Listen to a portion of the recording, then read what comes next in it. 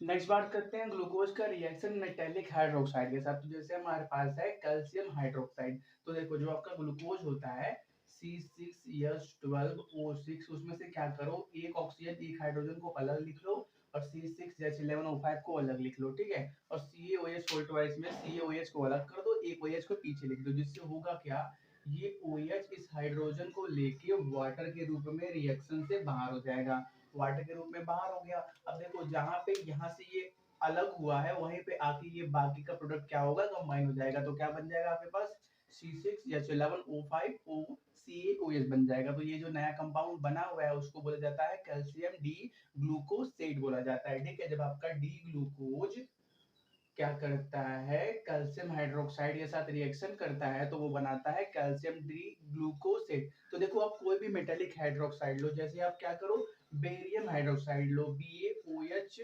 Twice, तो whole twice, इसमें इसमें भी क्या होगा, इसमें भी सेम प्रोसीजर से क्या होगा, ब्रेकिंग होगा। जिस तरह हमने इसमें तोड़ा उसी तरह इसमें भी तोड़ देना, और जो आपको इसमें प्रोडक्ट मिलेगा वो मिलेगा बेरियम डी ग्लूकोसेट, ग्लूकोसेट मिलेगा, ठीक है। तो देखो कोई भी मेटालिक हाइड्रोक्साइड है वो इसी ऑर्डर में क्या करेगा, ग्लूकोज से रिएक्शन करके जो भी एलिमेंट होगा वो डी ग्लूकोसेट बनाएगा, ठीक है, नोट करो। नेक्स्ट बात करते हैं ग्लूकोज का रिएक्शन सेमी कार्बाजाइड के साथ। तो देखो ये जो आपका ये होता है इसको बोलते हैं semi carbazide, NH2 NH C double bond O NH2, ठीक है। तो जब क्या होगा, डी ग्लूकोज के प्रेजेंस में ये आएगा तो यहाँ से H2 इस ऑक्सीजन को लेके पानी के रूप में बाहर हो जाएगा, और जहां से ये ऑक्सीजन गायब हुआ वहीं पे आके ये बाकी जो बचा हुआ ग्रुप है वो क्या हो जाएगा, अटैच हो जाएगा, तो हमारे पास ये प्रोडक्ट बन जाएगा। तो देखो जब डी ग्लूकोज सेमी कार्बाजाइड के साथ रिएक्शन करता है, वाटर बाहर निकलता है और एक नया प्रोडक्ट बनता है, उस प्रोडक्ट को बोला जाता है डी ग्लूकोज सेमी कार्बाजोन बोला जाता है। क्या, डी ग्लूकोज सेमी कार्बाजोन बोला जाता है, नोट करो।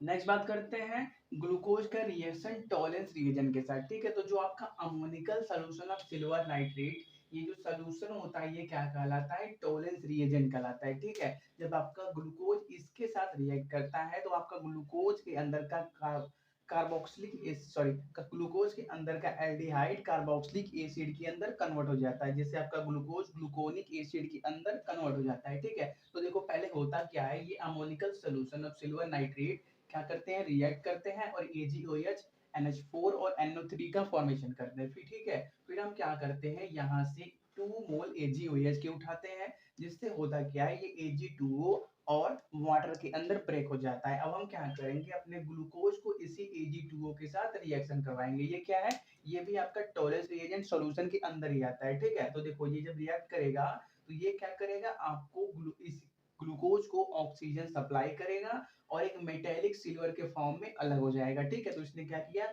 एल्डिहाइड को ऑक्सीजन सप्लाई किया तो एल्डिहाइड आपका कार्बोक्सिलिक एसिड में कन्वर्ट हो गया, जिससे ग्लूकोज आपका ग्लूकोनिक एसिड में कन्वर्ट हो गया, और Ag2O इस ये क्या हो गया, एक सिल्वर मीटर जो आपका मेटेलिक सिल्वर होता है उसके फॉर्म में नीचे प्रेसिपिटेट हो जाएगा। जिस कंटेनर में ये रिएक्शन हो रहा होगा नीचे आप देखोगे कि कुछ टाइम बाद एक सिल्वर की पतली सी या मोटी सी टाइम टाइम के बाद क्या होगी, लेयर बनने लगेगी, ठीक है। तो देखो इंपॉर्टेंट पॉइंट ये है कि टॉलेंस रिएजेंट के अंदर जब हमने क्या किया, ग्लूकोज और टॉलेंस रिएजेंट का रिएक्शन कराया तो आपका टॉलेंस रिएजेंट मेटेलिक सिल्वर के फॉर्म में क्या हो गया, रिड्यूस हो गया। ये क्या था, टॉलेंस रिएजेंट सॉल्यूशन के अंदर था, तो ये क्या हो गया, मेटेलिक सिल्वर के अंदर क्या हो गया, रिड्यूस हो गया, ठीक है, नोट करो।